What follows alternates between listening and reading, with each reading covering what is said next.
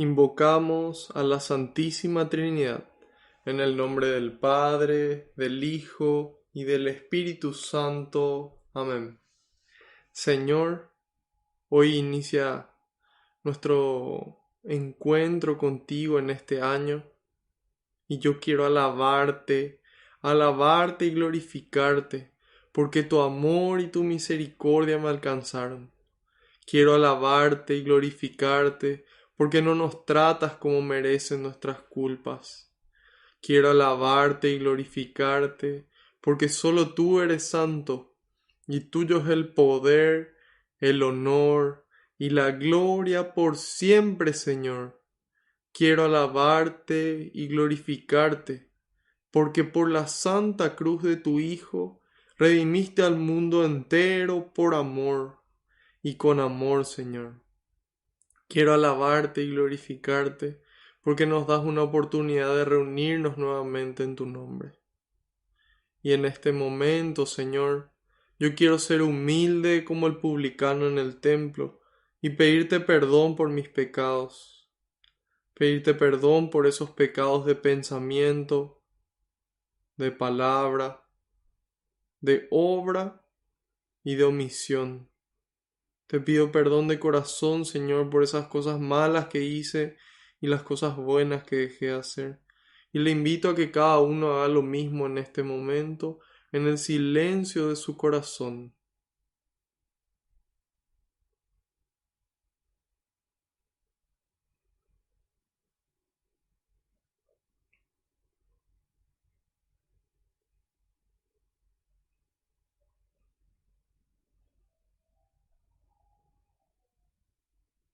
Te pido, Señor, que se cumpla tu palabra.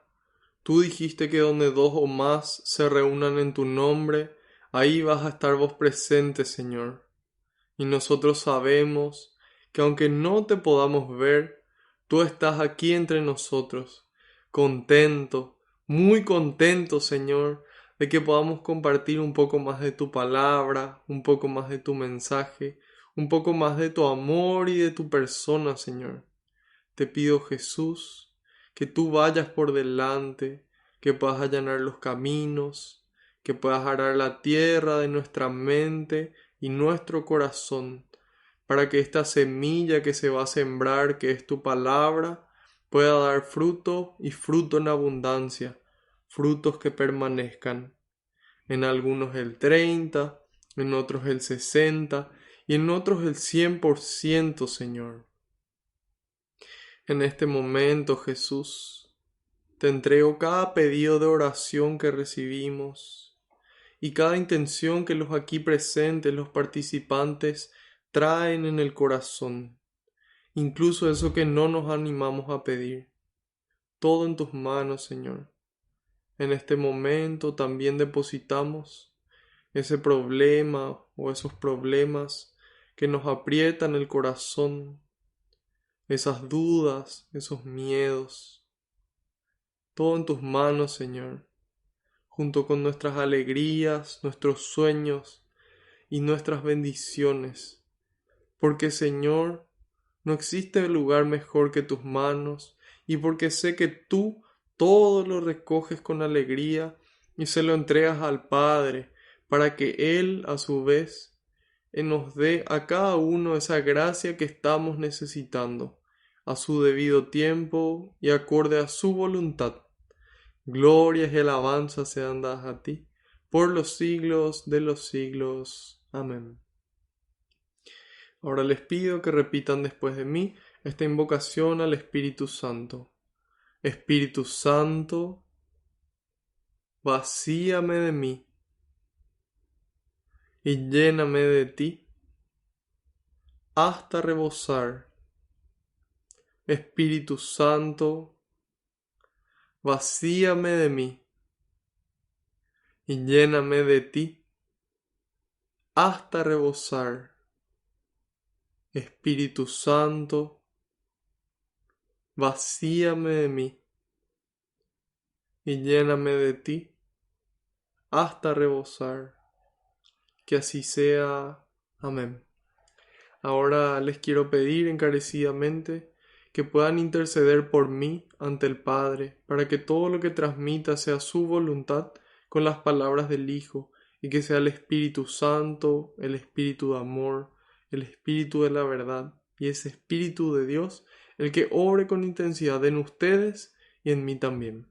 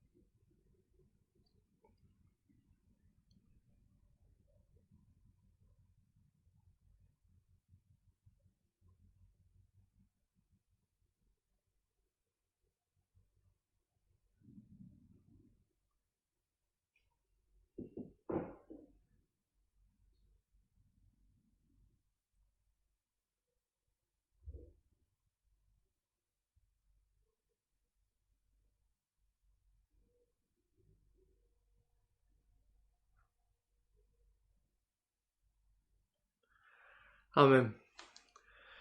Bueno, queridos hermanos, hoy se viene una clase realmente hermosa, así que espero que estén todos preparados, que ya sus corazones estén abiertos, la mente esté abierta para recibir el mensaje y los mensajes que el Señor tiene hoy para nosotros.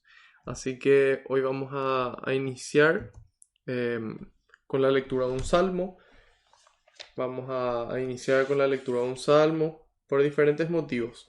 Uno de ellos es que seguimos eh, el consejo del padre Ignacio Larrañaga. Él en sus talleres de oración y vida nos enseña a orar al estilo de Jesús. ¿Y cuál es el estilo de Jesús? Jesús oraba como un buen judío, así como su madre María le enseñó y seguramente que también San José. Entonces, la mayoría de los salmos son oraciones, muchas de ellas atribuidas al rey David. Entonces, nosotros hoy también queremos iniciar con una oración y nos damos cuenta de la importancia de los salmos también por el lugar que ocupan los salmos en la liturgia de la palabra. Como ya sabemos y solemos repetir, la Santa Misa, la fiesta de Dios en la tierra, no existe nada como la misa. Discúlpenme la interrupción, pero el tema es que en serio me emociona. No puedo, yo pienso que realmente no existe nada mejor sobre la tierra que la Santa Misa. Absolutamente nada. Así que bueno.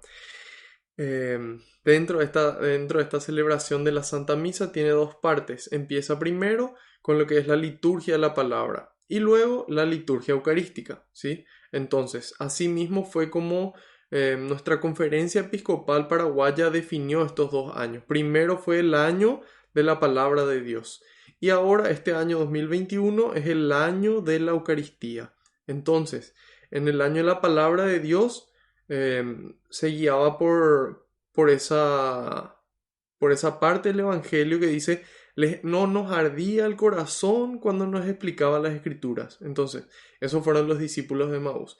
Y después, la frase, la cita de este año es, lo reconocieron al partir el pan. Entonces, siempre la palabra de Dios nos lleva a la Eucaristía, ¿sí?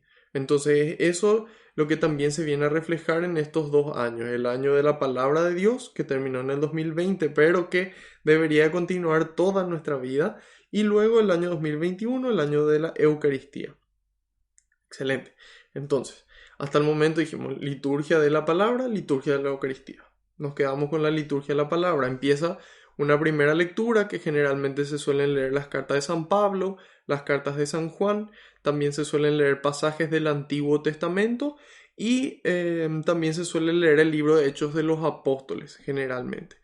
Y a continuación de esa primera lectura viene el Salmo. Este Salmo se proclama una antífona. Esa antífona es esa frase que nosotros repetimos: el Señor es mi pastor, nada me falta. Y ahí se lee una parte: el Señor es mi pastor, nada me falta, por verdes praderas me hace caminar, etc. Y ahí volvemos a responder: el Señor es mi pastor. Bueno, entonces nos damos cuenta de la importancia que tienen los salmos, porque en casi todas las misas un salmo se lee después de esa primera lectura.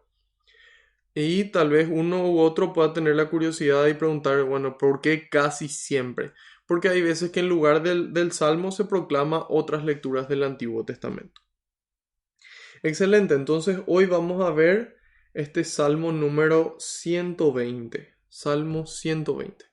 El libro de los Salmos se encuentra justo antes de que empiece el Nuevo Testamento. Así que con esta actitud de oración vamos a leer este salmo.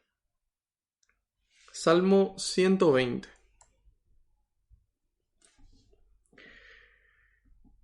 Al Señor en medio de mi angustia yo clamé, y Él me respondió.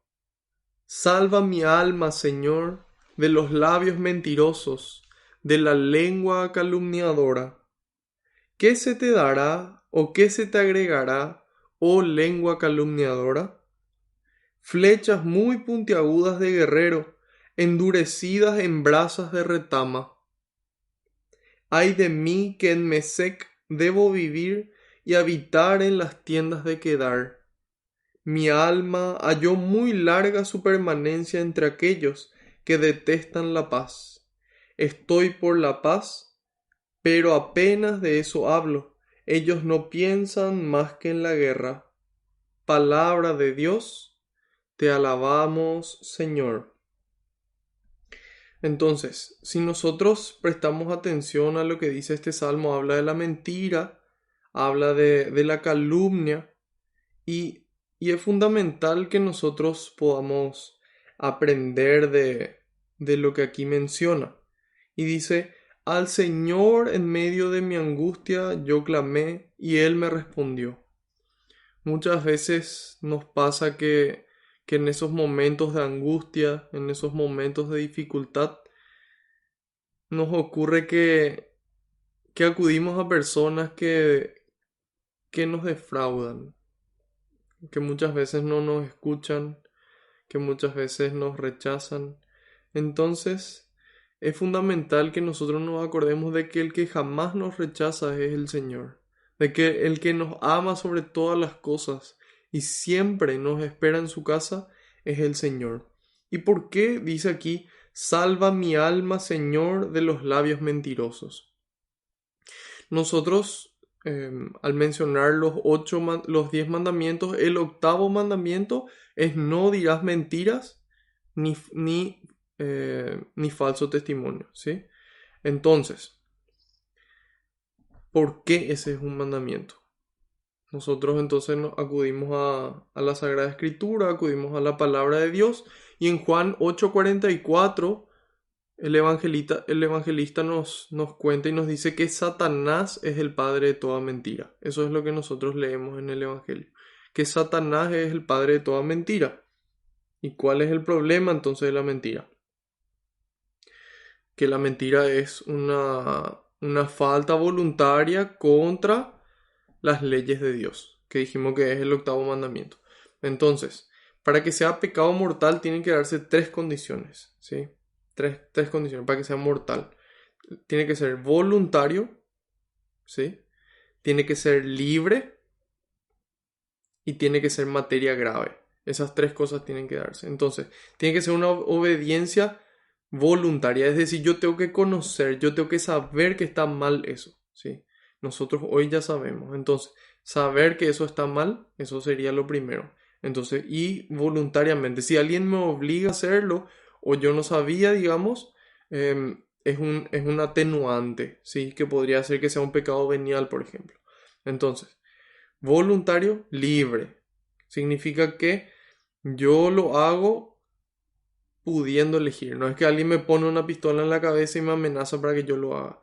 Y finalmente materia grave, es decir, que por ejemplo, no sé, una mentira contando un chiste sigue siendo una mentira contando un chiste sigue siendo una mentira, pero ¿qué pasa? Puede ser un pecado venial. ¿Por qué? Porque no es materia grave a lo que yo me estoy refiriendo, ¿sí? Entonces, em,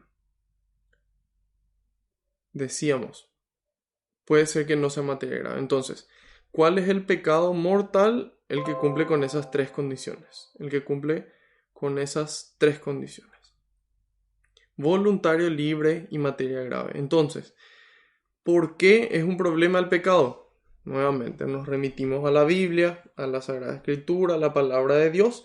Y ahí San Pablo en su carta a los Romanos, capítulo 6, versículo 23, nos dice, el salario del pecado es la muerte. Entonces, ¿qué pasa cuando nosotros mentimos? Cometemos un pecado y el salario del pecado es la muerte. Y muchas veces esa muerte es para nosotros mismos porque después la gente ya no nos cree, y también es muerte para el otro porque la otra persona se siente herida por esa mentira que nosotros le dijimos. Entonces, aquí nos dice, salva mi alma, salva mi ser de esos labios mentirosos, de la lengua calumniadora. Y dice, ¿qué te dará o se te agregará, oh lengua calumniadora? Flechas muy puntiagudas de guerrero, endurecidas en brasas de retama.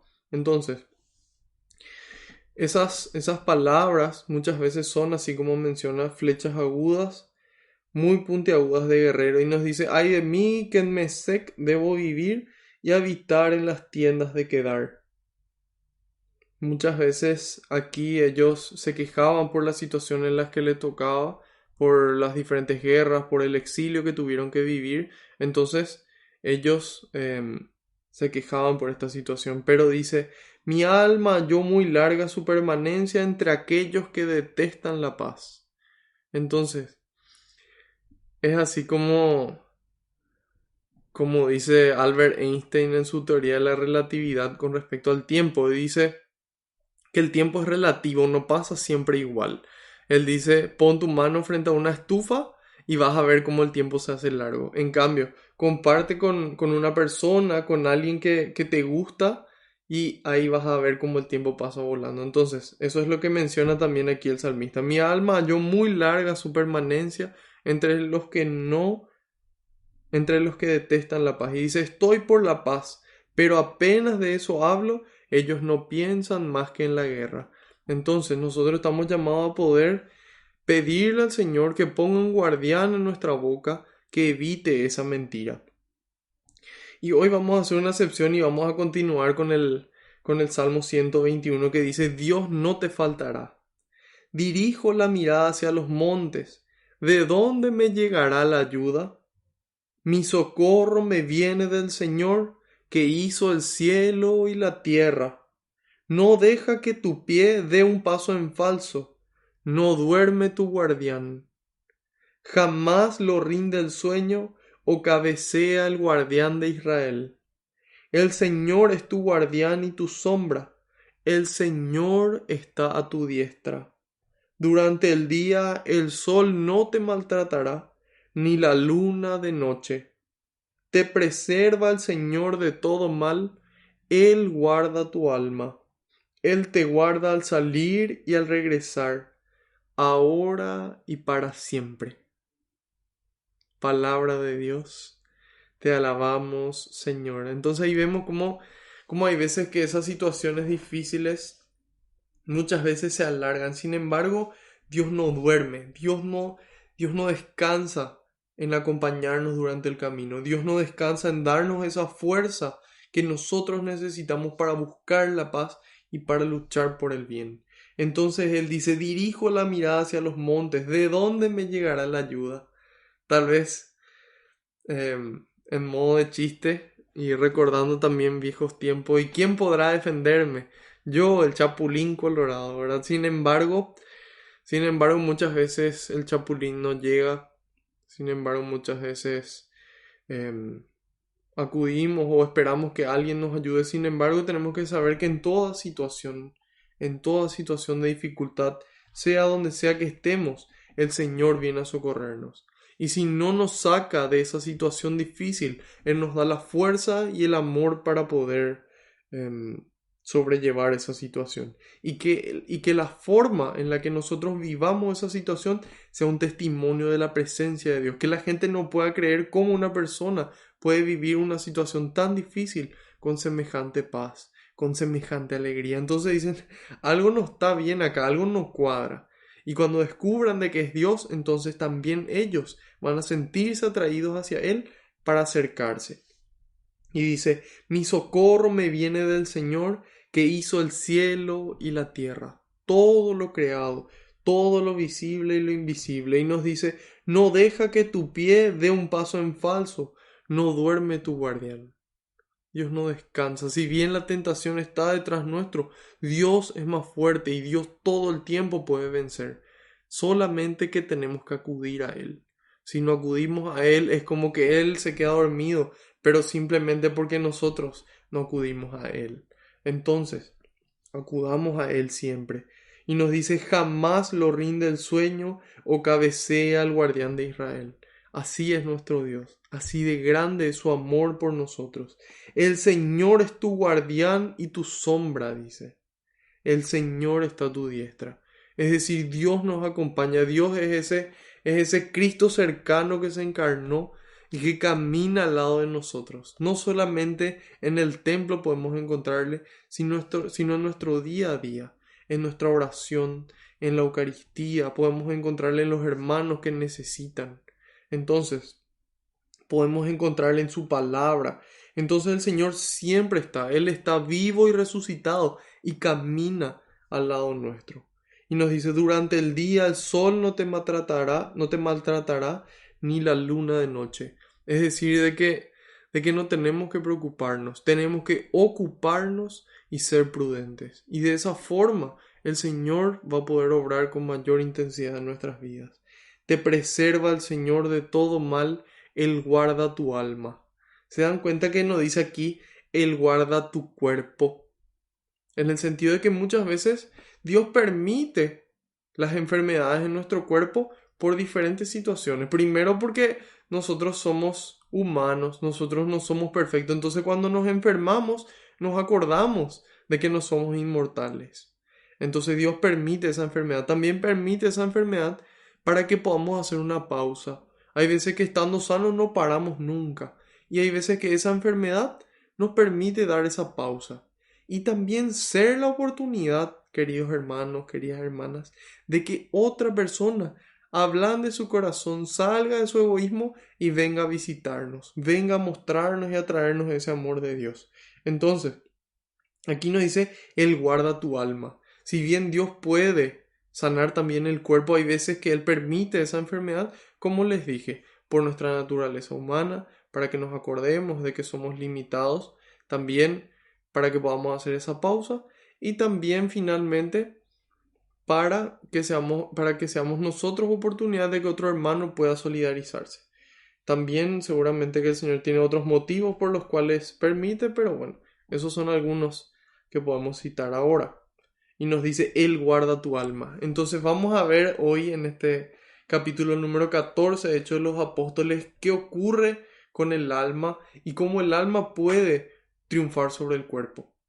Porque el Señor nos dice, el espíritu está dispuesto, pero la carne es débil. Sin embargo, un espíritu fuerte puede reinar sobre esa carne. Eso es lo que dice San Pablo en sus cartas. Yo castigo a mi cuerpo y lo domino, para que no sea que Él sea el que mande sobre mí. Por eso que es tan importante la oración para controlar nuestra mente y el ayuno para controlar nuestro cuerpo, para poder dominar esos placeres. Entonces, en la medida en la que podemos controlar el hambre y actuar de forma cristiana en el momento del hambre, también cuando sintamos dolor vamos a poder actuar como cristianos. O si no, con la excusa del dolor, con la excusa del hambre, empezamos a maltratar a la gente y dejamos de actuar como seguidores del Señor. Entonces nos dice, Él guarda tu alma, te preserva de todo mal. Él te guarda al salir y al regresar, ahora y por 6 meses. No, no dice eso, dice ahora y para siempre. Entonces, haciendo un resumen de todo este salmo, y del salmo anterior, le tenemos que pedir al Señor que aleje nuestra boca primero de nuestra boca la mentira, que podamos vivir en la verdad, que digamos sí cuando es sí, no cuando es no, que la gente no dude cuando nosotros hacemos una afirmación, que podamos vivir en la verdad, porque Él dijo, yo soy la verdad, yo soy el camino, la verdad y la vida. El camino, la verdad y la vida. Entonces, en la medida en la que vivimos en la verdad, nos asemejamos al Señor y entonces, en vez de generar muerte, como lo hace la mentira, como pecado, entonces generamos vida con la verdad. En la medida en la que pasamos por dificultades, acudimos al Señor, estando seguros de que Él en el momento de la dificultad nos ayuda. Y vamos a ver cómo le ayudó a San Pablo en un momento, siendo conscientes de que Él no nos abandona, de que Él no duerme y de que Él es todopoderoso. Él es el creador del cielo y de la tierra y nos cuida hoy y para siempre. Entonces, con esta actitud pasamos al libro de Hechos de los Apóstoles. Vamos a estar viendo hoy el capítulo 14 completo. Empezamos con el versículo 1 y iremos hasta el versículo número 28. Como ya sabemos, a este libro, de hecho, de los apóstoles, ya los primeros cristianos se animaban a decirle y a llamarle el Evangelio del Espíritu Santo, porque si bien se concentra bastante en la vida de San Pedro y en la vida de San Pablo, lo que realmente se destaca mirando a grandes rasgos es cómo el Espíritu Santo obra en la iglesia, cómo obra en Pedro, cómo obra en los diáconos, cómo obra en los discípulos que luego se unen en la nueva iglesia que se va formando, ¿sí? Y cómo obra también en San Pablo. Entonces, ¿por qué es fundamental que nosotros conozcamos este libro de Hechos de los Apóstoles? Porque muchas veces leyendo el Evangelio, por ejemplo, conocemos la vida de Cristo, entendemos ese mensaje, ese querigma de que el Padre le creó al Hijo, de que el Hijo se encarnó, ¿sí? De que el Hijo existió desde el inicio, pero que después Cristo se encarna, ¿sí? Él es el Mesías, Él es el Salvador, Él muere por nosotros. Primero, antes de morir, nos muestra cómo vivir. Luego muere por nosotros y Dios lo resucita y lo exalta a la derecha del Padre. Entonces, principalmente ese es el mensaje de los evangelios. Y ahí podemos conocer el mensaje de Jesús, conocer la persona de Jesús y poder conocer sus obras y sus milagros. Pero podemos caer de repente en esa tentación de decir, ah, no, pero este era Jesús el que obraba los milagros. Claro que él podía transformar agua en vino, claro que él podía caminar sobre el agua, claro que él podía resucitar a un muerto que llevaba 4 días pudriéndose, claro que él podía devolver la vista a un ciego, o curar a un leproso, o multiplicar los panes, porque él era Dios, él es Dios. En cambio, aquí vemos cómo los apóstoles, con el poder recibido del Espíritu Santo, que también son simples hombres en el sentido de que no son Dios, también pueden obrar estos milagros con el poder del Espíritu Santo.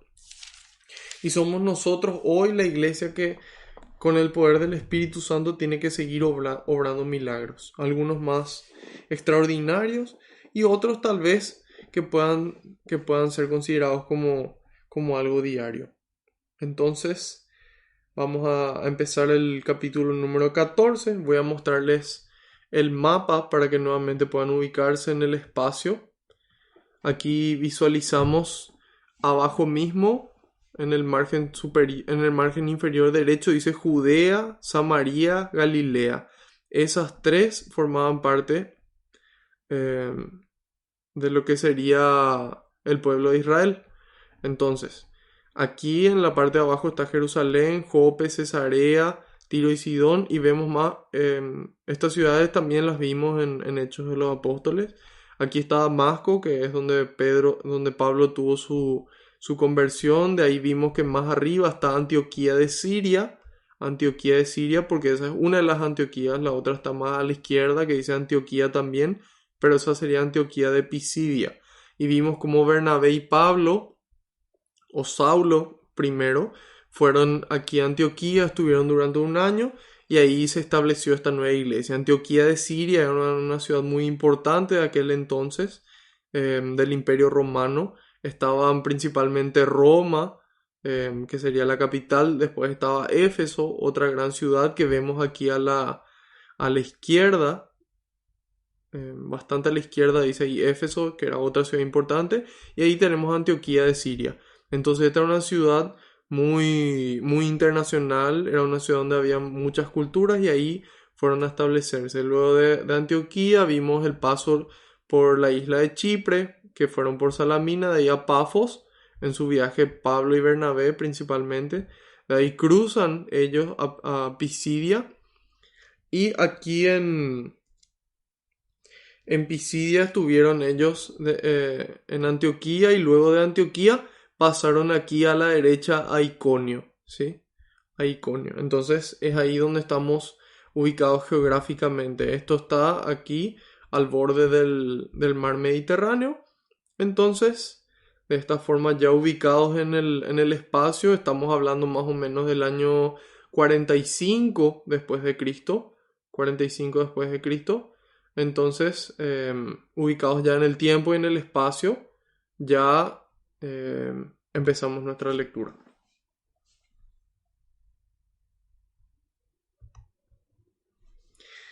En Iconio ocurrió lo mismo. Pablo y Bernabé entraron en la sinagoga de los judíos y hablaron de tal manera que un gran número de judíos y griegos abrazaron la fe. Pero entonces los judíos que se negaron a creer excitaron y envenenaron los ánimos de los paganos contra los hermanos. Con todo, permanecieron allí un buen número de días. Predicaban sin miedo, confiados en el Señor, que confirmaba este anuncio de su gracia con las señales milagrosas y los prodigios que les concedía realizar. La población de la ciudad se dividió, unos a favor de los judíos y otros a favor de los apóstoles. Un grupo compuesto de paganos y judíos, con sus jefes al frente, se preparó para ultrajar y apedrear a los apóstoles. Ellos, al enterarse, huyeron a la provincia de Licaonia. A las ciudades de Listra, Derbe y alrededores, donde se quedaron evangelizando. Había en Listra un hombre tullido, que se veía sentado y con los pies cruzados.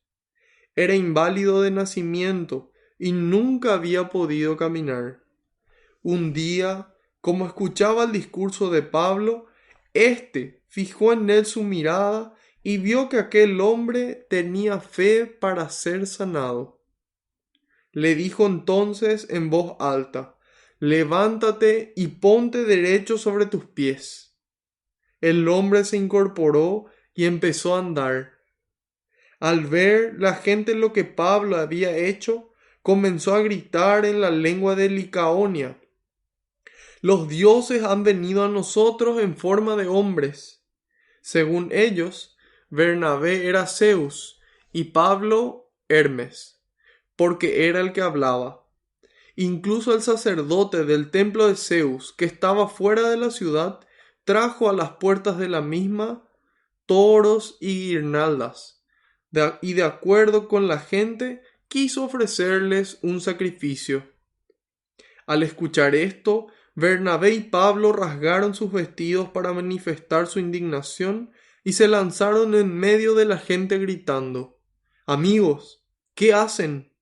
Nosotros somos humanos y mortales como ustedes, y acabamos de decirles que deben abandonar estas cosas que no sirven y volverse al Dios vivo, que hizo el cielo, la tierra, el mar y cuanto hay en ellos. Él permitió en las generaciones pasadas que cada nación siguiera su propio camino, pero no por eso dejó de manifestarse, pues continuamente derrama sus beneficios. Él es quien desde el cielo les da las lluvias y los frutos a su tiempo, dando el alimento y llenando los corazones de alegría. Aún con estas palabras, difícilmente consiguieron que el pueblo no les ofreciera un sacrificio y que volvieran cada uno a su casa. Se quedaron allí algún tiempo, enseñando. Luego llegaron unos judíos de Antioquía e Iconio y hablaron con mucha seguridad, afirmando que no había nada de verdadero en aquella predicación, sino que todo era una mentira. Persuadieron a la gente a que les diera la espalda y al final apedrearon a Pablo. Después lo arrastraron fuera de la ciudad, convencidos de que ya estaba muerto. Pero sus discípulos se juntaron en torno a él y se levantó. Entró en la ciudad y al día siguiente marchó con Bernabé para Derbe. Después de haber evangelizado esa ciudad, donde hicieron muchos discípulos, regresaron de nuevo a Listra y de allí fueron a Iconio y Antioquía. A su paso, animaban a los discípulos y los invitaban a perseverar en la fe. Les decían: es necesario que pasemos por muchas pruebas para entrar en el reino de Dios. En cada iglesia les hacían designar presbíteros y después de orar y ayunar, los encomendaban al Señor en quien habían creído. Atravesaron la provincia de Pisidia y llegaron a la de Panfilia. Predicaron la palabra en Perge y bajaron después a Atalía. Allí se embarcaron para volver a Antioquía, de donde habían partido, encomendados a la gracia de Dios para la obra que acababan de realizar. A su llegada reunieron a la iglesia y les contaron todo lo que Dios había hecho por medio de ellos, y cómo había abierto las puertas de la fe a los pueblos paganos. Permanecieron allí bastante tiempo con los discípulos. Palabra de Dios, te alabamos, Señor.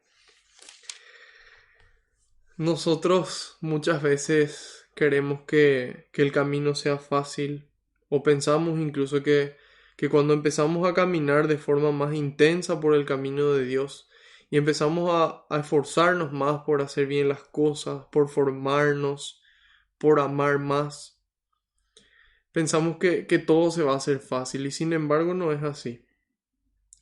Aquí, hermanos, no solamente nadie dijo que iba a ser fácil, sino que nos avisaron de que el camino iba a ser difícil. El Señor, que es la verdad, Él nos dijo: el que quiera ser mi discípulo, el que quiera ser mi discípulo, el que quiera. Ahí entra algo importante, algo fundamental, que esto es voluntario. Aquí nadie nos obliga. Si ustedes hoy están sentados ahí detrás de la pantalla, están porque quieren estar, porque es su voluntad estar. Nadie les pagó, nadie les obligó para que estén ahí. Y eso es algo meritorio, el poder tener esa voluntad. Y también es un don, porque Dios nos regala el querer buscarle. Dios nos regala esa sed de Dios mismo. Eso es lo que dice San Agustín. Nuestro corazón, dice San Agustín, nuestro corazón estará inquieto hasta que descanse en Dios. Entonces esa inquietud, esa sed de Dios, que se manifiesta no solamente en los católicos, en el cristianismo o en los judíos, sino que se manifiesta en toda la humanidad. Hay una materia en la carrera de teología que se llama fenomenología de la religión, es decir, estudia el fenómeno religioso, es decir, el hecho de la religión en toda la humanidad.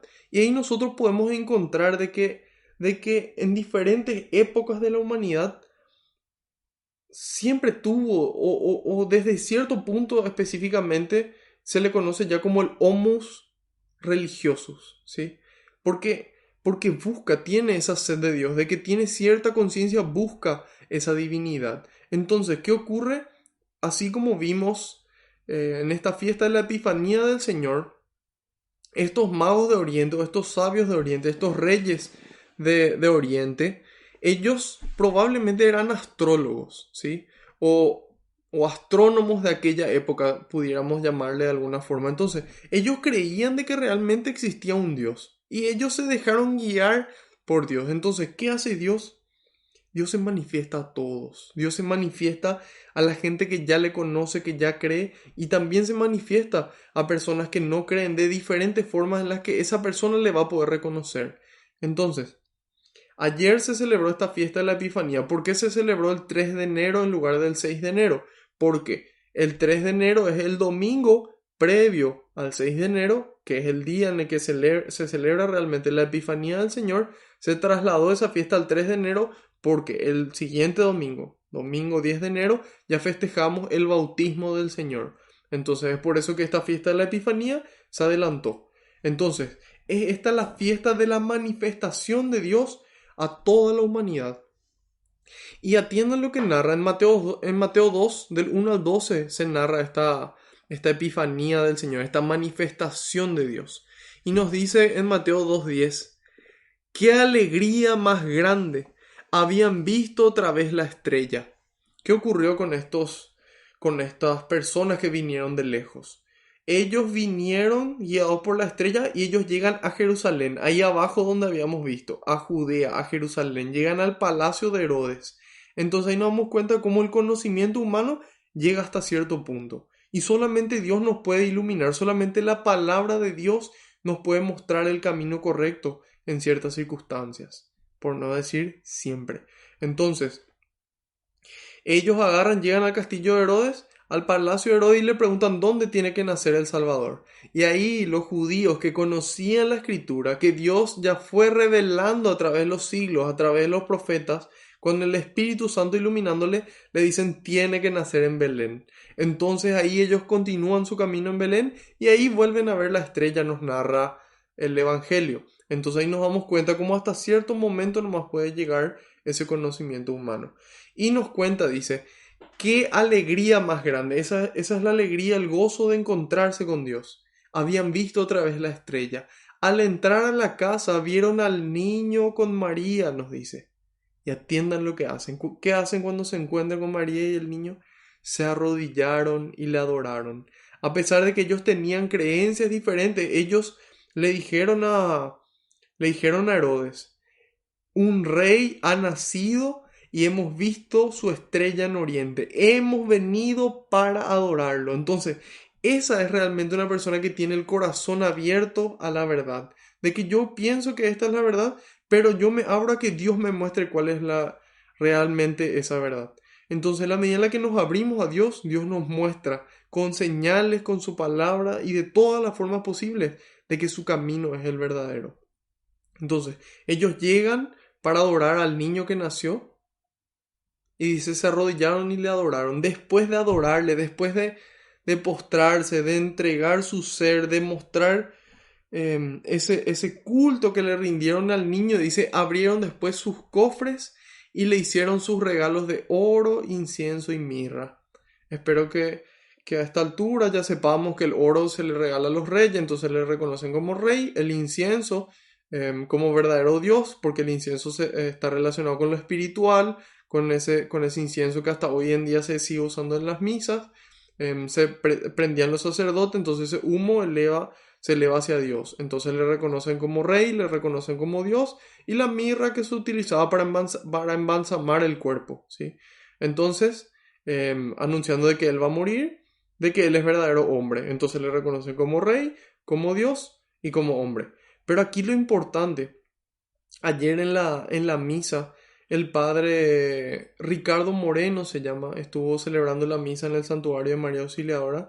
Él decía en su homilía que lo fundamental, hermanos, es que así como estas personas vinieron desde Oriente y entregaron estos dones materiales a Dios, que nosotros podamos entregar hoy nuestra propia vida. De que ese es el don más agradable a Dios, que podamos salir de nuestro egoísmo, de eso que no beneficia ni a nuestra vida ni a la vida del hermano, para poder empezar a hacer más cosas que nos beneficien a nosotros, en el sentido de que nos acerquen a Dios y nos hagan más santos y que también pueda hacer eso mismo por el otro.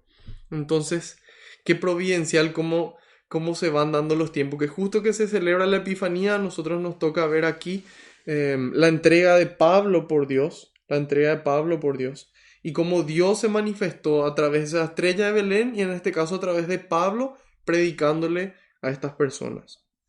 Entonces, vemos aquí, dijimos en el mapa, de que está Iconio aquí en el centro mismo. De Iconio dice que fueron a Derbe y, de Iconio a Listra y de Listra a Derbe. Entonces, fue en estas ciudades de Asia Menor en donde se produjo esta parte de la evangelización. Y nos dice, en Iconio ocurrió lo mismo. Ocurrió lo mismo que en donde. Que en donde estuvieron antes, en Antioquía de Pisidia. Ahí Pablo y Bernabé entraban a las sinagogas. Es decir, no es que ellos decían, bueno, ellos son judíos y cada uno con lo suyo. No.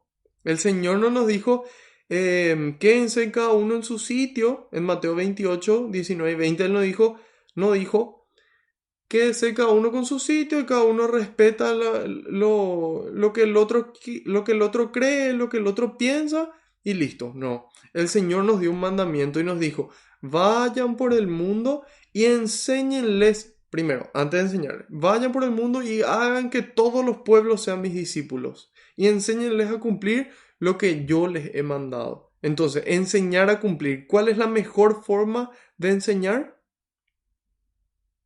El ejemplo, por supuesto. Entonces, el Señor nos dice, vivan ustedes los mandamientos y enséñenles a cumplir todo lo que yo les he mandado. Hagan que todos los pueblos sean mis discípulos. Entonces, eso es lo que el Señor quiere, que nosotros podamos evangelizar, que podamos vivir y que entonces la gente crea y se convierta. Sin embargo, en la medida en la que la gente no quiere, entonces nos toca a nosotros respetar su voluntad. Pero eso después de haber presentado, después de haber anunciado, después de haber dado testimonio. Porque eso es lo que nos pide el Señor. El Señor no nos dice cada uno con su vida, ese es su problema. No, el Señor nos dice, salgan al encuentro. Esa iglesia en salida que el Papa Francisco y que desde hace tiempo la iglesia está buscando. Que podamos salir de los templos para vivir esa santidad a la que el Señor nos llama y transmitir ese fuego que San Pablo transmitía. Entonces, en Antioquía entraban a las sinagogas, le explicaban a la gente, punto por punto. Pero para eso ellos conocían, San Pablo se formó, él era una de las personas más formadas que existió. Él se formó a los pies de Gamaliel, uno de los maestros de los judíos top. Entonces, San Pablo no era ningún improvisado, él no se iba y le rezaba nomás a la gente y compartía nomás con ellos. No, San Pablo se preparaba porque él sabía de que este es un combate que hay que librar y que Dios quiere triunfar. Pero para ese combate hay que prepararse. Por eso que es fundamental, queridos hermanos, que vos y yo estemos aquí reunidos conociendo nuestra fe, conociendo nuestra iglesia, porque este es el inicio de la iglesia de la cual hoy nosotros formamos parte. Entonces, dice, en Iconio ocurrió lo mismo. Pablo y Bernabé entraron en la sinagoga de los judíos y hablaron de tal manera que un gran número de judíos y griegos abrazaron la fe. Entonces ahí nos damos cuenta de cómo en la medida en la que uno conoce y uno siente ese amor, siente esa pasión por Dios y por su palabra, eso se transmite y eso le convence a la gente, ¿sí? Y eso hace que la gente quiera, eso hace que la gente tenga ganas de unirse. No porque yo le digo, esta es la verdad y punto, no. Porque les convence y porque ven mi vida, entonces dicen, eso yo también quiero para la mía, ¿sí? Entonces, este es nuestro ejemplo. Y nos dice, hablaron de tal manera. Ellos no eran así personas perezosas, tímidas, que no estaban convencidos. No, ellos creían realmente de que esta es la verdad, de que este es el camino a la salvación, el camino a la felicidad, el camino hacia la paz interior. Entonces dice, pero entonces, ahí nos damos cuenta, ellos hablaron de esa manera, pero hay gente que no cree. Hay gente que se opone. Y eso que hoy nos ocurre, que nosotros muchas veces queremos evangelizar, queremos sembrar, queremos procurar, a veces en nuestra familia hay gente que se opone.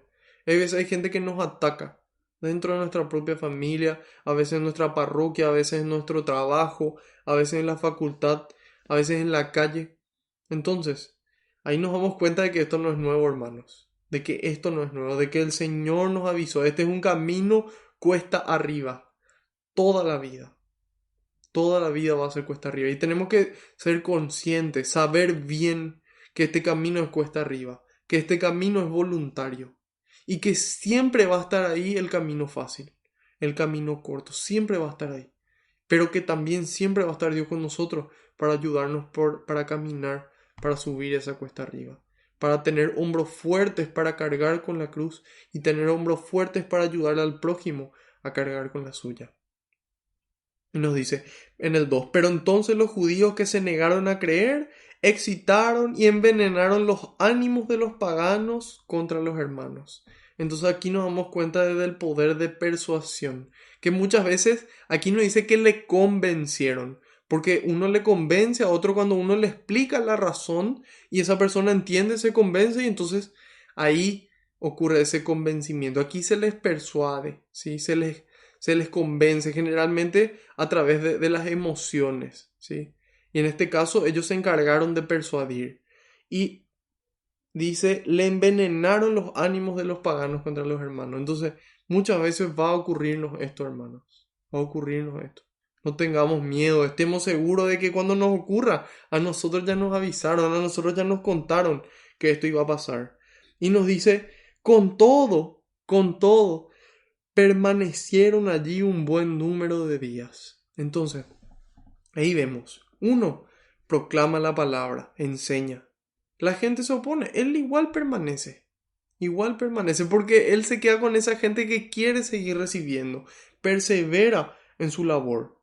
Entonces, ahí nos damos cuenta de que hay dos cosas que Pablo hace con Bernabé. No solamente les enseña, sino que hace comunidad con ellos. No es que les enseña y él se va, sino que él les enseña y luego se queda a compartir con ellos, se queda a vivir con ellos, para que ellos vean cómo se vive esa palabra de Dios. Entonces, y comparte, predica y comparte, permanece con ellos, cercano, humano, cristiano. Y dice, predicaban sin miedo, confiados en el Señor, que confirmaba este anuncio de su gracia con señales milagrosas y los prodigios que les concedía realizar. Escuchen, predicaban sin miedo, confiados en el Señor, no confiados en su palabra, en su capacidad de hablar, en sus conocimientos, en la capacidad de escucha del otro, no, confiados en el Señor, es el Señor el que nos quita todo miedo, para que así como cada día en el laudes, en la oración de las mañanas dice, abre mi boca, Señor, y mis labios proclamarán tu alabanza. Es decir, si Dios abre mis labios es porque Él quiere que yo proclame su alabanza.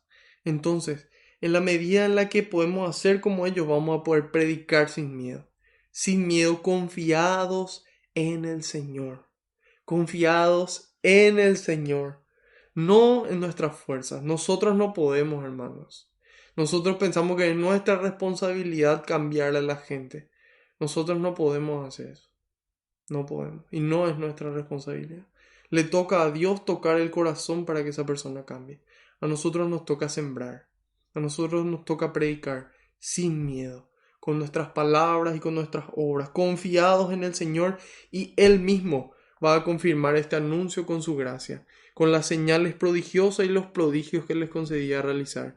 Estos milagros, hermanos, estos milagros no se acabaron con los apóstoles y con estos discípulos que continuaron. Estos milagros se siguen realizando hasta hoy.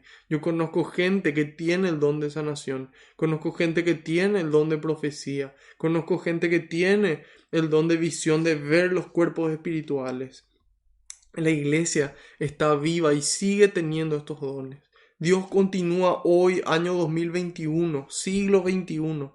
Dios continúa a través de su Espíritu Santo regalando dones para la construcción del reino, para el servicio del prójimo.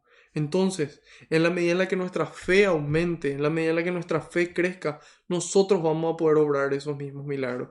Él nos dijo eso. Él nos dijo, ustedes, escuchen las palabras de Jesús, ustedes harán las mismas obras que yo, e incluso mayores. ¿Se acuerdan los milagros que cité al comienzo? transformar agua en vino, caminar sobre las aguas, multiplicar los panes, hacer caminar a un paralítico, devolver la vista a los ciegos, sanar leprosos, resucitar a un muerto. Jesús dijo, esto no es invento mío, Jesús dijo en el Evangelio, ustedes harán las mismas obras que yo y aún mayores, porque yo ahora subo al Padre para que después Él les envíe el Espíritu Santo. Entonces ese Espíritu Santo es el alma de la misión, es el alma de la misión. Entonces, por eso que es fundamental que nos llenemos del Espíritu Santo, para que así como ellos podamos obrar nosotros hoy esos milagros. Y empezando por lo ordinario, empezando por compartir nuestra comida, compartir nuestra ropa, nuestros recursos, nuestros conocimientos, nuestro tiempo. A veces las personas lo único que necesitan es un oído, que nosotros podamos sentarnos y escucharle y darle una palabra de Dios que les levante. Así como la palabra de Pablo le va a levantar a este tullido. Y nos dice de que confiados en el Señor y que el Señor confirma esas palabras. Nos dice, la población de la ciudad se dividió, unos a favor de los judíos y otros a favor de los apóstoles. Y ahí nos damos cuenta de que existe una división, hermanos. Desde el momento en el que hay dos caminos, a nosotros nos toca en libertad tomar un camino o el otro. Cuando nosotros leemos el Evangelio, hace poco también leímos cuando fue la presentación del niño Jesús en el templo y la purificación de María. ¿Qué purificación? Bueno, los judíos tenían en su ley que la mujer al dar a luz tenía que pasar una purificación, porque al dar a luz salía sangre de ella y esa sangre la hacía impura. Y lo mismo ocurría también cuando les llegaba el periodo. También permanecían impuras, creo que por 7 días o algo así. Entonces, María va al templo a cumplir con lo que Dios le pide, con ese proceso de purificación según la ley y la presentación del niño Jesús en el templo. Entonces, ahí cuando va María en la presentación del templo, se encuentran ahí con dos personajes muy interesantes. Se encuentran con Simeón y se encuentran con Ana. Y a mí me gusta demasiado el personaje de Ana, porque ahí cuenta y dice que Ana estuvo casada, pero que solamente 7 años pudo estar con su marido. Solamente 7 años. Después se quedó viuda. Y desde que se casó y se quedó viuda, hasta los 84 años permaneció sirviendo a Dios en el templo. Ella tomó la decisión, ella siendo viuda, ella podía buscar otro marido. Y sin embargo, ella tomó la decisión de servir a Dios, de dedicar su vida al servicio. Entonces muchas veces la gente no sabe qué hacer. Hay gente que enviuda o se divorcia, ¿sí? Y entonces no saben qué hacer con su vida y es como que no tiene sentido. Y es que porque muchas veces falta ese servicio, falta esa entrega a Dios, falta servir a ese prójimo. Entonces en la medida en la que yo sirvo, salgo de mis problemas, salgo y empiezo a ver otras realidades con mis propios ojos. Y entonces eso me motiva a seguir. De esa forma Dios nos da fuerza. Entonces aquí es un ejemplo de que hay gente que dice, no, yo no puedo vivir sin un nombre. Mentira, mentira. Aquí vemos el claro ejemplo de esta mujer que se llamaba Ana, que vivió hasta sus 84 años sirviendo a Dios. ¿Por qué? Porque Dios le da la fuerza, Dios le da la gracia para continuar. Y Dios mediante y por delante los matrimonios pueden sanar. ¿Por qué dejaron de rezar por sus matrimonios verdaderos? No esos matrimonios por civil, sino el único matrimonio que ante los ojos de Dios es válido.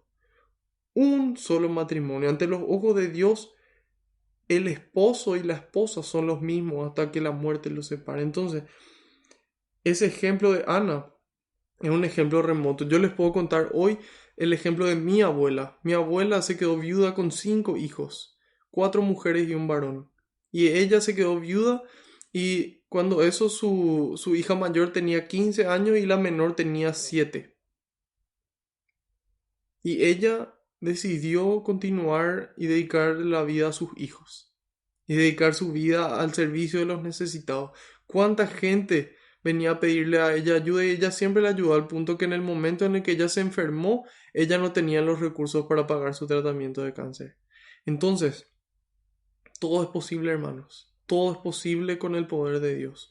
Recemos por la familia. Este es el año de la Sagrada Familia. Este es el año de San José. Entonces, tengamos fe, hermanos. Tengamos fe, hermanos. 2000 años atrás, 20 años atrás también se podía. Hoy también se puede. Y yo estoy seguro de que hay tantas mujeres y tantos hombres que pasan dificultades y sin embargo Dios les da la fuerza para continuar. Bueno, esa es Ana. Estaba Simeón, el otro. Atiendan lo que dice Simeón. Capítulo 2, versículo 34 de Lucas.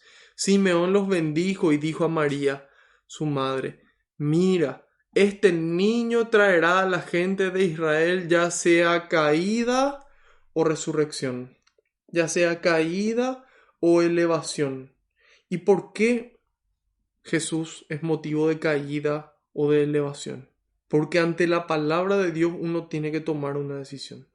Uno tiene que tomar una decisión. Y es ahí donde, dependiendo de la decisión que tomemos, caemos o nos levantamos. Y otras veces hacemos caer al otro o le levantamos. Y Jesús dice en el mismo Evangelio de Lucas, el mismo autor de este libro de Hechos de los Apóstoles, capítulo 12, en los versículos 51 y 52. Jesús pregunta: ¿creen ustedes que he venido para establecer la paz en la tierra? Les digo que no. Más bien he venido a traer división. ¿Creen ustedes que he venido para establecer la paz en la tierra? Les digo que no. Más bien he venido a traer división. Pues de ahora en adelante, dice el 52, pues de ahora en adelante, hasta en una casa de 5 personas habrá división, 3 contra 2 y 2 contra 3. ¿Y por qué se da esta división, hermanos? ¿Por qué Jesús dice que no viene a traer la paz? Eso se complementa en el Evangelio de Juan que vamos a dar cuando terminemos este libro de Hechos de los Apóstoles. Jesús dice: yo no les doy la paz como las da el mundo. ¿Cuál es la paz que nos da el mundo? Es una paz aparente, es una paz superflua, es una paz trucha, falsificada, ¿sí? Que se derrumba ante el menor viento. Entonces, ¿cuál es esa paz que nos da el mundo? Es esa ausencia de conflictos. La ausencia de conflictos. Yo quiero estar en paz nomás. ¿Qué significa estar en paz? Ausencia de conflictos. Que no haya problemas, que no haya conflictos. Yo quiero estar en paz. Esa es la paz que nos da el mundo. Sin embargo, por dentro, en mi corazón, yo puedo estar odiándole a la otra persona, hablando mal a su espalda, pero si yo no me peleo, entonces yo estoy en paz. Y esa es esa paz aparente, es esa paz trucha, falsificada. En cambio, Jesús nos trae la verdadera paz y Él nos dice: la paz que yo les doy no es la que las da el mundo, sino que es en mi paz ni angustias ni miedos. Esa es la paz de Cristo, ni angustias ni miedos, para seguirle, para predicar, para vivir, para tomar la cruz. Esa es la paz que nos trae Cristo. Por eso nos dice: yo no he venido a traer la paz sino la división, para que la gente se dé cuenta de qué es lo que está bien y qué es lo que está mal, y para que tomen una decisión. Y esa decisión nos divide necesariamente, porque no podemos hacer el bien y el mal al mismo tiempo. Son incompatibles. Y eso es lo que presenta San Agustín en su libro La ciudad de Dios. En este libro San Agustín presenta 2 ciudades. Presenta la ciudad de Dios y la ciudad del mundo. Y son 2 ciudades que van a persistir, van a existir hasta el final de los tiempos. La ciudad de Dios, la ciudad del mundo. Entonces, ¿qué pasa con esta ciudad del mundo? En esta ciudad del mundo, el egoísmo es el que reina. Importa lo que yo quiero y no importa el resto. Yo tengo que ser feliz, yo tengo que tener más, yo tengo que saber más, yo tengo que ser más. Yo. En cambio, la ciudad de Dios es la ciudad del amor, donde en la medida en la que más amo, más pleno soy. Hay más alegría en dar que en recibir, nos dice la palabra de Dios. Entonces, son esas 2 ciudades y nosotros elegimos cuál construir. Nosotros elegimos en cuál trabajar. Entonces, por eso existe esa división. Y existe división en la medida en la que elijan caminos diferentes. Si en una familia de 5, los 5 eligen construir la ciudad de Dios, ahí no hay división. En la medida en la que los 5 elijan construir la ciudad del mundo, ese mundo egoísta, ese mundo que se basa solamente en el placer, entonces esa familia tampoco va a estar dividida. Pero él dice, se van a dividir esa familia de 5 en la medida en la que algunos elijan la ciudad del mundo y otros elijan la ciudad de Dios. Entonces en esta reina Dios, en esta reina el egoísmo, reina el demonio y la carne, ¿sí? Entonces, nosotros estamos llamados a elegir. Dios nos hizo libres para que nosotros sepamos elegir nuestros caminos, para que nosotros podamos elegir el camino de Dios, que para nosotros sea de elevación esta palabra de Dios. Y eso es lo que dice aquí. La población se dividió en dos, los que estaban a favor de los judíos y a favor de los apóstoles. Hoy nuestra sociedad también está dividida en dos, los que están a favor de la vida y los que están a favor de la muerte.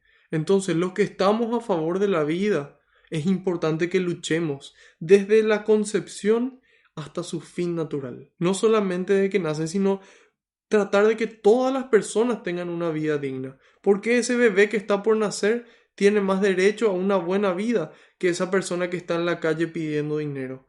¿Por qué ese bebé tiene más derecho a la vida que una persona que no recibió formación? Entonces, estamos llamados a luchar por la vida hasta el final, así como lo hizo el Señor. Entonces, los que estamos al favor de la vida, estamos llamados a encontrar soluciones, hermanos, a poder encontrar soluciones, a poder solucionar el problema de raíz. Porque si yo termino esta vida fruto de esa relación sexual que pudo haber sido consentida o no, entonces no se soluciona el problema que había de fondo, ¿sí? Y esos problemas que existen de fondo son principalmente la ignorancia en cuanto al valor de la persona, al valor del ser, al valor del otro y al valor de mí mismo. Entonces, la ignorancia en cuanto a la planificación familiar, que la iglesia nos muestra cuál es el mejor camino y cuál es el camino más barato, que es la abstinencia hasta el matrimonio. Y que dentro del matrimonio también vivamos la castidad, pero ese es otro tema. Entonces, que podamos luchar contra la ignorancia, que podamos luchar contra la pobreza. Muchas veces es importante que analicemos los motivos que le llevan a esas mujeres a querer abortar, ¿sí? A querer terminar con la vida de ese niño o de esa niña. Entonces, muchas veces la pobreza es otra de las causas. Entonces, luchemos contra la pobreza, que podamos conseguir una mejor educación. En nuestro país, en Paraguay, tenemos una de las peores educaciones, uno de los peores niveles de educación en el mundo. Se utiliza un porcentaje menor al 4% del Producto Interno Bruto. Es decir, de todo lo que entra de dinero aquí en Paraguay, menos del 4% se dedica a educación.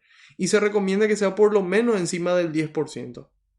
Entonces, en la medida en la que las personas sigan siendo ignorantes, no solamente en conocimientos que le permitan tener recursos económicos, sino también en valores, una educación integral, entonces en ética, en bioética, en biología, en filosofía, en teología, entonces en esa medida vamos a poder subsanar esos problemas de fondo. Entonces la ignorancia, la pobreza, la violencia.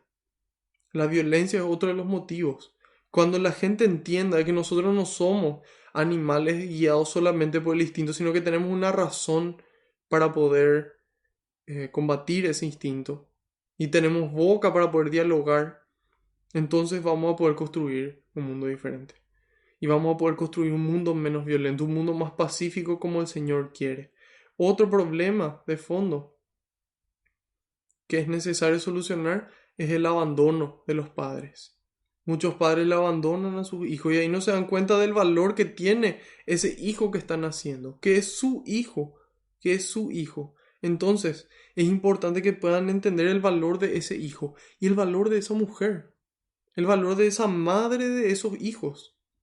Entonces, en la medida en la que podamos reconocer eso, vamos a poder eliminar esos motivos que generan que la mujer quiera abortar. Y sin embargo, aunque no pudiésemos eliminar del todo esos motivos, entonces, de igual forma tenemos que luchar por esa vida. Luchar para que los mecanismos de adopción sean mejores. Entonces, hermanos, estamos llamados a luchar por la vida, a luchar por esa ciudad de Dios, a poder construir este reino de Dios. Y no solamente, como les dije, por el nacimiento, sino toda nuestra vida. Eso es lo que el Señor espera de nosotros. Y eso fue lo que Él mismo hizo. Entonces, esa es la división de la que estuvimos hablando. Continuamos en el 5. Dice, un grupo compuesto de paganos y judíos con sus jefes al frente se preparó para ultrajar y apedrear a los apóstoles. Ellos, al enterarse, huyeron a la provincia de Licaonia, a las ciudades de Listra, Derbe y alrededores, donde se quedaron evangelizando. Entonces, ellos se mudan, pero en lugar de decir no, que vamos a estar buscando, vamos a estar trayéndonos más problemas por predicar, ellos se mudan y continúan predicando. Ellos tienen clara cuál es su prioridad uno. Entonces, estamos llamados a poder hacer como ellos. Y aquí no es una señal de cobardía lo que ellos hacen, ¿sí? Hay gente que hoy dice, no, tenemos que irnos a tal lugar y hacer tal cosa, porque si no, los mártires estarían llorando sobre nosotros. Y no es así, hermanos. Hay momentos en donde toca ser prudentes. Toca ser prudentes. Y eso es lo que ellos hicieron. Se dieron cuenta que ese momento no era el momento de entregar la vida. Entonces ellos huyen para continuar evangelizando. Para continuar evangelizando.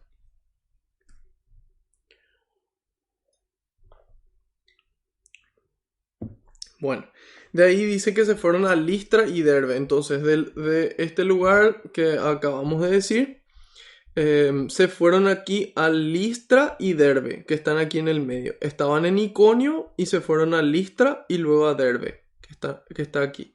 Esto era la provincia de Licaonia, como dice ahí arriba. Entonces, ¿qué hicieron? Le iban a matar aquí. Entonces se mudaron ellos. Se fueron a continuar la misión. Y nos dice que se mudaron para continuar la misión. Y en el 8 dice, había en Listra un hombre tullido que se veía sentado y con los pies cruzados.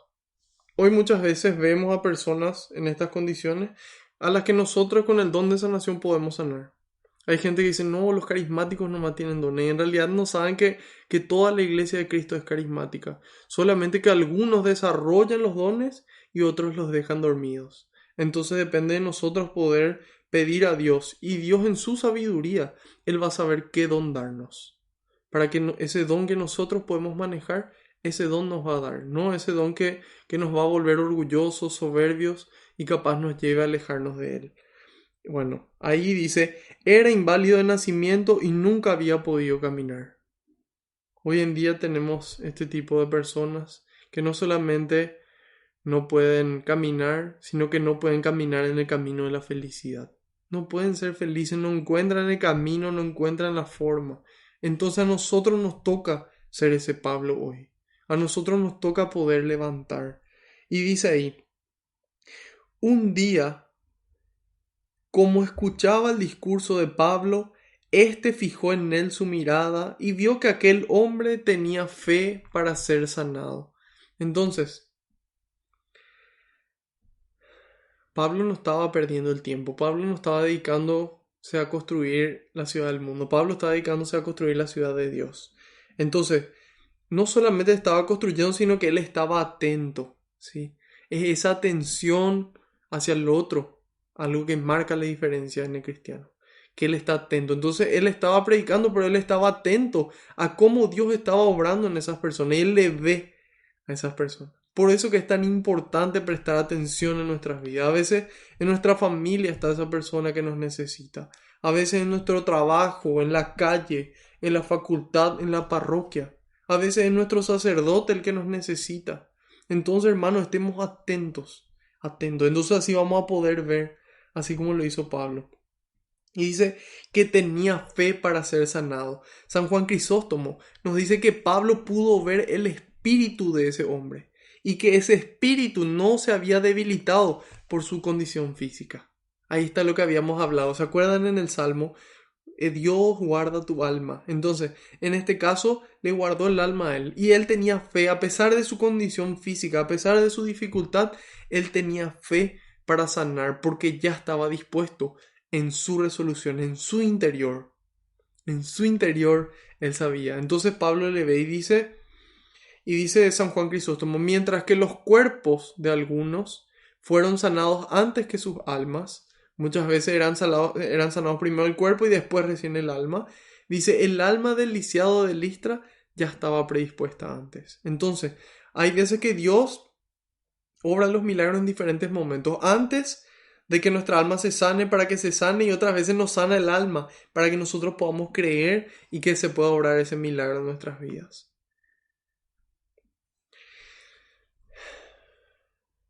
Entonces, aquí vemos la fe de este lisiado. ¿Sí? Vemos, primero acá tenemos dos personajes, le tenemos a Pablo y le tenemos al lisiado. Entonces, cuando nosotros le vemos a Pablo, vemos esa actitud de salir en busca del prójimo, de mirar, de estar atento. Y en el prójimo, ¿sí? En este lisiado, vemos una actitud de fe. Entonces, este es el momento, hermanos, que nosotros anotemos una pregunta: ¿qué tan grande es mi fe? ¿Qué tan grande es mi fe? Yo creo que Dios me puede sanar. Yo creo que Dios me puede liberar de esta dificultad. Yo creo que Dios me puede sacar de esta situación. Yo creo que Dios le puede sacar de esta situación a otra persona a quien yo amo o por quien yo siento que Dios debería y podría obrar. Entonces, nos toca a nosotros seguir el ejemplo de esta persona, pero si todavía no estamos ahí, podemos pedirle al Señor. Así como ese padre que en el Evangelio de Marcos le dice: Señor, creo, pero aumenta mi fe. Creo, Señor, pero aumenta mi fe. Yo quiero creer más. Quiero creerte más. Quiero que obres más. Y entonces Dios puede milagrosamente aumentar nuestra fe. Y lo que siempre hace de forma ordinaria es darnos las herramientas y las oportunidades para que esa fe crezca. Nos da la Santa Misa, que no existe nada mejor sobre la tierra que esa fiesta aquí, en la que salimos de fiesta con Dios. Y podemos hacerlo cada día, Dios mediante y por delante. Ahora que estamos en enero, para mí es terrible porque cada vez hay menos misas en los horarios. Los sacerdotes que necesitan descansar también, muchos salen de vacaciones y nosotros que buscamos misa de repente todos los días, se nos cuesta. Pero bueno, es un llamado también a perseverar, es un llamado a esforzarnos a encontrar, y si es más lejos y nos vamos más lejos, y si hay que despertarse más temprano y nos despertamos más temprano. Junto a Dios nos estamos yendo, hermanos. Así que Dios nos regala esa oportunidad de fe, de que nuestra fe aumente en la Santa Misa, en los sacramentos, especialmente en la Eucaristía y la reconciliación, ese encuentro con la misericordia de Dios. Ahí puede crecer nuestra fe. También en su palabra puesta por escrito y en la comunidad que da testimonio de su amor. Entonces, pidamos, hermanos: Señor, creo, pero aumenta mi fe, sabiendo de que Él puede hacerlo milagrosamente y que más allá de ese poder milagroso, Él nos da las oportunidades para que ordinariamente pueda crecer nuestra fe. Entonces, ahí que hace Pablo al verle, le dice en voz alta: levántate y ponte derecho sobre tus pies. El hombre se incorporó y empezó a andar. Ese es el poder de la palabra, hermanos. Ese es el poder de la palabra, que tiene poder para levantar o para hundir, que tiene poder para salvar o para condenar, tiene poder para sanar o para enfermar. Cuidemos nuestra boca, hermanos. Cuidemos nuestra boca. Y recordemos lo que nos dice el hermano Santiago, el apóstol Santiago. Él nos dice: la ira del hombre no realiza la justicia de Dios. No realiza la justicia de Dios. Entonces muchas veces queremos hacer justicia, queremos trabajar por el reino, pero nos dejemos guiar por nuestra ira. La ira no realiza la justicia de Dios. Es la paciencia y el amor. Son esos los que nos permiten llevar esa justicia de Dios. Y nos dice de que la lengua es como el timón, de que nosotros podemos intentar controlar toda nuestra vida, pero nuestra lengua es súper peligrosa. Y eso también decía en el Salmo. Entonces ahí nos damos cuenta de esa unidad de la palabra de Dios. Entonces, aquí vemos el poder de la palabra. Dios dijo: hágase la luz, y se hizo.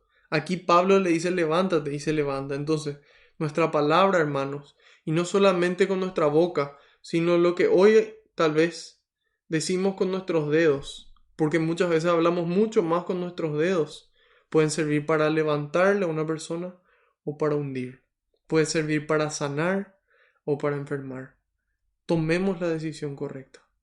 Tomemos la decisión que Dios nos pide que tomemos. Y así no solamente Dios nos va a amar, sino que se va a poner contento con nosotros. Hay más alegría en el cielo por ese pecador que se convierte que por esos 99 que ya estaban. Entonces, seamos nosotros esos pecadores arrepentidos, esos pecadores convertidos y ayudemos al otro a levantarse, ayudemos al otro a sanar. Amén. Amén. Después dice, al ver la gente lo que Pablo había hecho. Entonces, Pablo dice cosas muy lindas, pero cuando Pablo obra, es ahí donde cobra peso todo su discurso. Entonces, nosotros estamos llamados a predicar, a poder formarnos, así como lo hizo San Pablo, y después a predicar. Sin embargo, es a través de nuestras obras que la gente va a creer. Entonces, hermanos, yo les invito a obrar, a hacer como dice San Francisco de Asís. Salgamos a predicar y si es necesario con nuestras palabras. Pongamos más amor en las obras que en las palabras. Eso no significa que las palabras no sean importantes, son fundamentales. Aquí escuchamos, hablaban de tal manera que la gente se convirtió, pero cuando la gente ve, la gente cree. Cuando la gente ve, la gente cree. Entonces, seamos reflejos vivos del Señor. Seamos esa presencia del Señor que vuelve a caminar entre la gente. Yo sé que es difícil, hermanos, pero Dios nos da la fuerza. Y dice, al ver lo que la gente había hecho, comenzó a gritar en la lengua de Licaonia. Los dioses han venido a nosotros en forma de hombre. Entonces, hay gente que siempre se va a quejar, hay gente que siempre va a entender torcido. Por más de que hagámoslo con la mejor intención y de la mejor forma, va a haber gente que va a entender torcido. Entonces, ¿qué nos toca a nosotros? Seguir obrando y seguir predicando y seguir corrigiendo lo que está mal. Porque eso es lo que hizo San Pablo. Pero en tiempo y en forma. Y dice, según ellos, Bernabé era Zeus y Pablo Hermes, porque era el que hablaba. Hermes era el dios mensajero según los griegos, el que habla, y Zeus el que obraba ciertas cosas con su poder. Y dice, incluso el sacerdote del templo de Zeus, que estaba fuera de la ciudad, trajo hasta las puertas de la misma toros y guirnaldas. De acuerdo con la gente, quiso ofrecerle sacrificio. Entonces imagínense, ese que era el sacerdote de Zeus dice, ah, sí, este realmente es Zeus. Y va. Pero, ¿qué ocurre? Aquí ellos nos dicen, ah, bueno, si ustedes piensan de que nosotros somos los dioses griegos, y bueno, cada uno piensa lo que quiere, y si quieren hacer los sacrificios, y bueno, ¿qué le vamos a hacer? No, jamás, nunca.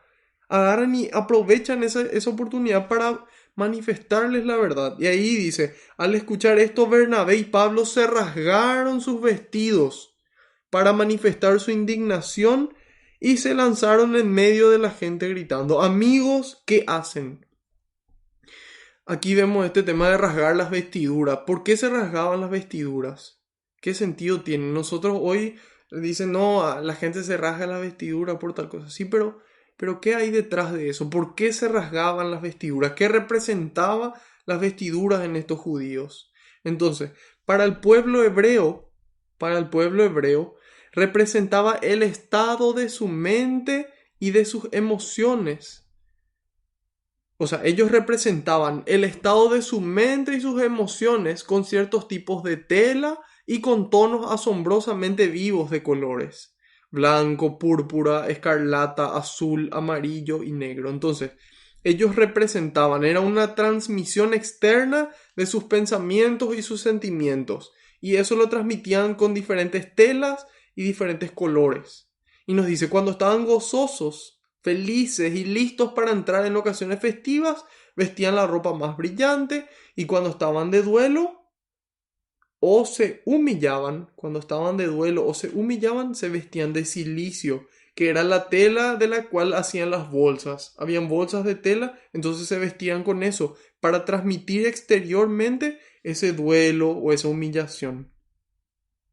Entonces, ¿qué pasaba? Cuando el corazón de un hebreo estaba apesadumbrado, ya sea por el dolor, la desesperación, la humillación, la ira, la tristeza, cuando su corazón estaba rebosado, ¿sí? Rebosado de desesperación, dolor, humillación, ira o tristeza, ellos lo expresaban exteriormente desgarrándose o rompiendo, rasgándose las vestiduras. Entonces, ellos sienten aquí una indignación, una tristeza enorme por esto que ellos estaban afirmando, de que ellos vienen a predicarle, este es Dios, Y ellos dicen, ah, no, ustedes lo que son Dios. Entonces ellos se rasgan la vestidura para que ellos dimensionen lo que ellos estaban sintiendo. Y nos dice, amigos, ¿qué hacen? Nosotros somos humanos inmortales como ustedes. Entonces le dice, nosotros no somos más que ustedes. Yo no soy más que ustedes, ni ustedes más que yo. Somos personas que nos dejamos guiar por el Espíritu y que de esa forma podemos obrar prodigios.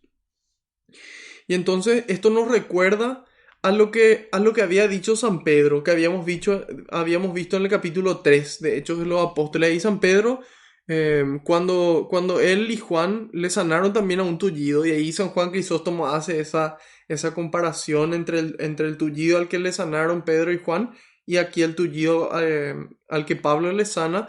Pedro y Pablo también le decían, ¿por qué nos miran así, como si fuera que por nuestro poder o nuestra santidad le hicimos caminar? Decían Pedro y Juan. ¿Por qué nos miran como si fuera que nosotros les hicimos caminar? Por nuestro poder o nuestra santidad. Este es Dios el que obra. Entonces allí San Juan Crisóstomo dice, esta sanación de Pedro a este tullido representa la sanación, la salvación del pueblo judío. Y ahora este nuevo tullido que aparece, sanado por Pablo, representa a los gentiles, a los paganos, a todos esos que tenían otras creencias, ¿sí? Entonces la salvación. Entonces, ¿a quién quiere llegar Dios? A todos. Y eso mismo ya vimos en la Epifanía que celebramos, y nuevamente vemos la unidad de la Escritura. Entonces, hasta el momento, ¿qué ocurre? Predican, se van en contra, son prudentes, se escapan, continúan sanando en otros lugares. Aquí le quieren ofrecer sacrificios en un error y ellos dicen, no, nosotros somos humanos y acabamos de decirle que deben abandonar estas cosas que no sirven. Estas cosas que no sirven, deben abandonar estas cosas que no sirven y volverse al Dios vivo, que hizo el cielo, la tierra, el mar y cuanto hay en ellos. Aquí San Pablo todavía no les habla de Cristo. Entonces, ¿por qué? Porque era su estrategia de evangelización en este caso. Primero él quería convencerles del monoteísmo, es decir, aquí no existen muchos dioses, aquí hay un solo Dios. Entonces una vez que ellos creen de que hay un solo Dios, entonces ahí el siguiente paso es poder decirle, bueno, ese Dios en el que ustedes creen, en la plenitud de los tiempos, se encarnó en Jesucristo, su Hijo.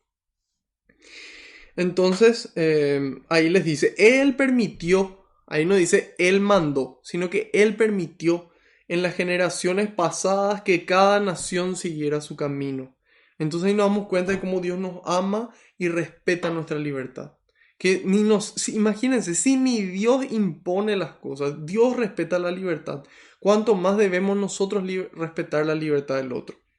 Pero, dice en el 17, pero no por eso dejó de manifestarse, pues continuamente derrama sus beneficios. Entonces, nosotros estamos llamados a respetar la libertad, a dejar que corran sus caminos, pero a seguir obrando, seguir amando y seguir rezando, hermano. Rezando por la conversión de las personas. Primero por nuestra conversión propia y también por la del prójimo. Entonces, eso es lo que debemos hacer. Y dice, Él es quien desde el cielo les da las lluvias y los frutos a su tiempo, dando el alimento y llenando los corazones de alegría. Nada tenemos, nada somos y nada podemos hacer que Dios no nos haya regalado. Nada somos, nada tenemos y nada podemos hacer que Dios no nos haya regalado. Entonces, seamos agradecidos con Él a través de nuestro agradecimiento con el prójimo. Y nos dice, y los frutos a su tiempo, dando el alimento y llenando los corazones de alegría. Solamente Dios puede regalarnos esa alegría.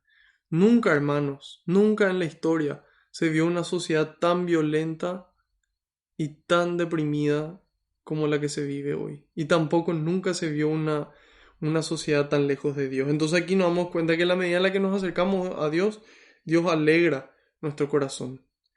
Entonces, dice, aún con estas palabras difícilmente consiguieron que el pueblo no les ofreciera un sacrificio y que volvieran cada uno a su casa. Se quedaron allí algún tiempo, nuevamente, predican y comparten, enseñando. Llegaron unos judíos de Antioquía y Iconio que hablaron con mucha seguridad, afirmando que no había de verdadero nada en aquella predicación, sino que todo era una mentira. Entonces ahí se repite el ciclo. Predican, la gente cree, vienen otras personas, luchan en contra y les persiguen a ellos. Y nos dice, persuadieron a la gente a que les dieran la espalda y al final apedrearon a Pablo. Imagínense lo que es. Por hacer bien las cosas recibimos piedras. Y ahí Crisóstomo nos dice, hoy más que las piedras recibimos palabras y la gente nos maltrata. Pero Jesús dice en el Evangelio, felices, felices los que son perseguidos por causa del bien. Mateo 5, del 10 al 12, bienaventuranzas. Felices los que son perseguidos por causa del bien, porque de ellos es el reino de los cielos. Felices ustedes, nos dice a nosotros, cuando por causa de Él nos insulten, nos persigan y nos levanten toda clase de calumnia. Alegrémonos y mostrémonos contentos, porque será grande la recompensa que recibiremos en el cielo. Pues bien, así persiguieron a los profetas que vinieron antes de ustedes. Nosotros somos sacerdote, profeta y rey. A ellos les persiguen, a nosotros nos van a perseguir, pero alegrémonos cuando nos persiguen por hacer bien las cosas. Pongámonos contentos de que Dios se alegra y más y mejor queda reservado nuestro lugar allá arriba. Y dice, después lo arrastraron fuera de la ciudad convencidos de que ya estaba muerto, pero sus discípulos se juntaron en torno a él y se levantó. Entró a la ciudad y al día siguiente marchó con Bernabé para Derbe. Después de haber evangelizado en esa ciudad donde hicieron muchos discípulos, regresaron de nuevo a Listra, el lugar donde fueron apedreados. Ellos vuelven otra vez, porque ahí muestra San Pablo que él no se va a retirar hasta haber sembrado la semilla. Y una vez que sembró, sí se retira para no provocar la ira de ellos. Y dice, de allí fueron a Iconio y Antioquía. A su paso animaban a los discípulos y los invitaban a perseverar en la fe. Les decían, es necesario que pasemos por muchas pruebas para entrar al reino de Dios. En cada iglesia les hacían designar presbítero y después orar y ayunar. También mencionamos eso más temprano. Les hacían orar y ayunar, ambas cosas. Los encomendaban al Señor en quien habían creído. Atravesaron la provincia de Pisidia y llegaron a la de Panfilia. Predicaron la palabra en Perge y bajaron después a Atalía. Allí se embarcaron para volver a Antioquía, de donde habían partido encomendados a la gracia de Dios para la obra que acababan de realizar. A su llegada, reunieron a la iglesia y les contaron todo lo que Dios había hecho por medio de ellos. Nuevamente la humildad, todo lo que Dios había hecho por medio de ellos. Esos somos nosotros, meros instrumentos, que Dios nos necesita, pero Dios nos elige porque nos ama y porque quiere que le ayudemos a construir el reino. Y dice,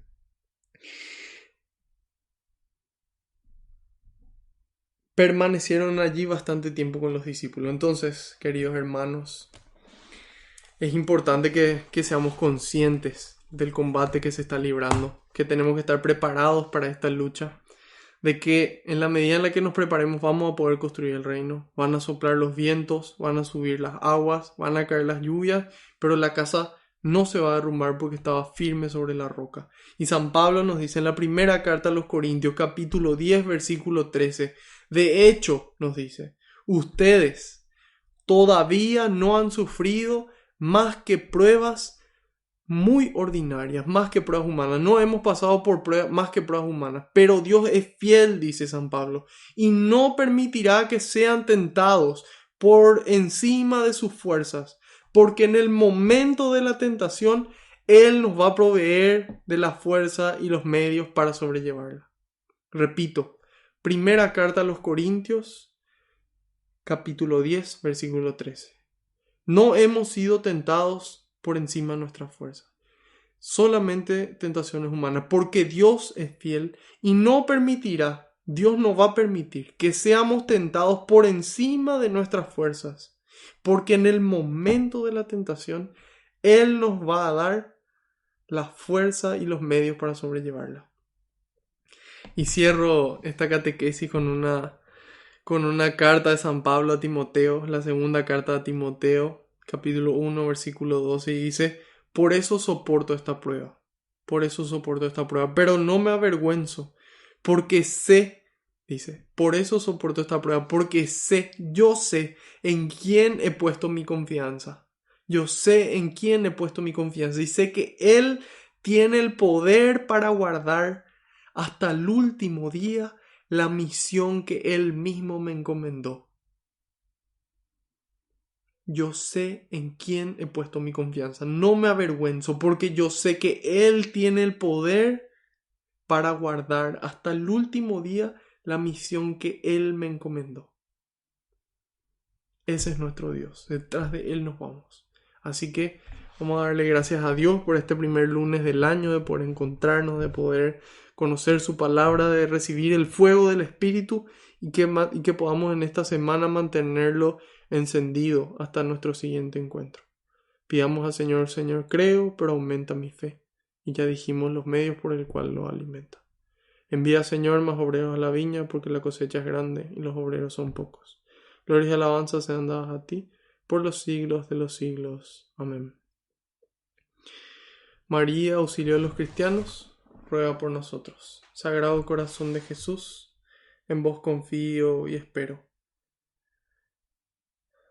Gloria al Padre, al Hijo y al Espíritu Santo, como era en el principio, ahora y siempre, por los siglos de los siglos. Amén. Alabado sea Jesucristo, por siempre sea bendito y alabado. En el nombre del Padre, del Hijo y del Espíritu Santo. Amén. Otro lunes más. Si esta catequesis fue de bendición para cada uno de ustedes, espero que puedan compartirla, difundirla, sin miedo, confiando en el Señor. Y si la están viendo desde YouTube, puedan darle me gusta, suscribirse y de esta forma también ayudan a este trabajo de evangelización. Así que la paz y la alegría del Señor nos acompañen a todas partes y espero poder encontrarnos el próximo lunes a la misma hora por el mismo canal. Dios mediante y por delante. Adiós.